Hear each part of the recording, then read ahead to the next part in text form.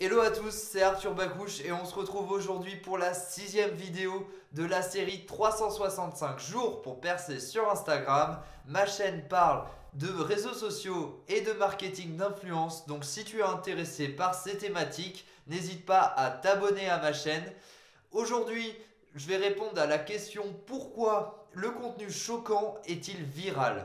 Alors ça fait 2-3 semaines sur Instagram que je vois dans mon fil d'actualité et dans mes stories qu'il y a énormément de gens qui partagent du contenu choquant en rapport avec l'esclavage en Libye. Et je me suis posé la question pourquoi du jour au lendemain on a été inondé de ce type de contenu sur Instagram alors qu'il y a quelques mois on n'en entendait même pas parler. Donc je me suis posé la question pourquoi le contenu choquant est-il viral sur les réseaux sociaux? Alors tout d'abord, il faut savoir que sur les réseaux sociaux, il y a une règle qui indique que lorsqu'il y a du contenu émotionnel, lorsqu'il y a émotion, il y a donc partage et discussion. C'est-à-dire que toi, en tant qu'utilisateur, si tu vas voir du contenu qui est choquant, du contenu qui suscite une émotion chez toi, eh bien, tu vas activer un processus de communication qui va t'inciter à partager ce contenu émotionnel auprès de ta communauté, auprès de tes proches. Il y a deux types de partage. Il y a le partage face à face, donc dans la vie réelle quand tu vas en parler à tes amis, à ta famille, et le partage à distance qui nous intéressera dans cette vidéo, qui est le partage sur les réseaux sociaux. Qu'est-ce que permet le partage? Le partage d'une émotion, le partage d'une information qui t'a choqué va permettre à ce que tu exprimes ton ressenti. En effet, ce contenu, il ne t'a pas laissé indifférent et donc tu as envie de le partager avec ta communauté pour leur indiquer ce que toi tu as ressenti en visionnant ce contenu.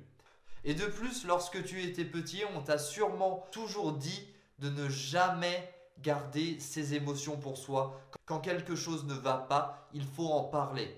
Eh bien, c'est exactement ce que tu reproduis sur les réseaux sociaux. C'est ce qu'on appelle de la ventilation émotionnelle. Donc, lorsque tu vois du contenu qui est choquant, eh bien, tu vas ventiler tes émotions en le partageant à ta communauté et ça va avoir pour but de t'apaiser. Aujourd'hui, on s'exprime sur les réseaux sociaux davantage car lorsqu'on ressent une émotion après avoir visionné du contenu qui est choquant, eh bien on a la faculté de verbaliser nos émotions.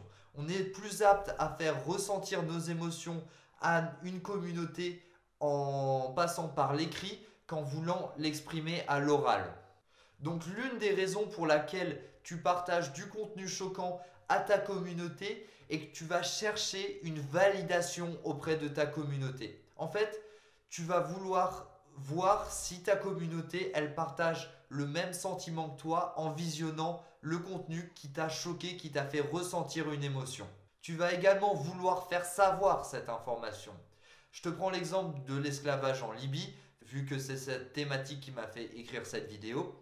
Eh bien, l'esclavage en Syrie, lorsque tu le vois, tu es choqué et tu te dis c'est inadmissible de pouvoir faire ça en 2017. Donc tu vas partager cette information auprès de ta communauté pour vouloir faire savoir. Tu veux faire savoir que ce qu'il se passe en Libye existe encore aujourd'hui. Et donc, quelque part, c'est une bonne chose car toi, en tant qu'utilisateur sur les réseaux sociaux, tu n'aurais pas pu changer ce qui se passe là-bas. Mais lorsque tu passes le message à toute ta communauté et qu'elle fait de même, eh bien là, il y a la force du groupe, le groupe auquel tu appartiens, qui peut lui se lier et s'élever contre une cause, contre ce qu'il se passe. Et tout ça, c'est la force du groupe.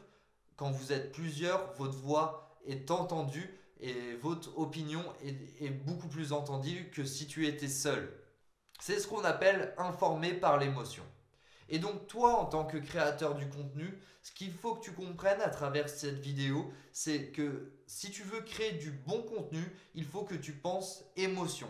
C'est-à-dire qu'il faut que ta communauté ressente une émotion lorsqu'elle visionne ton contenu.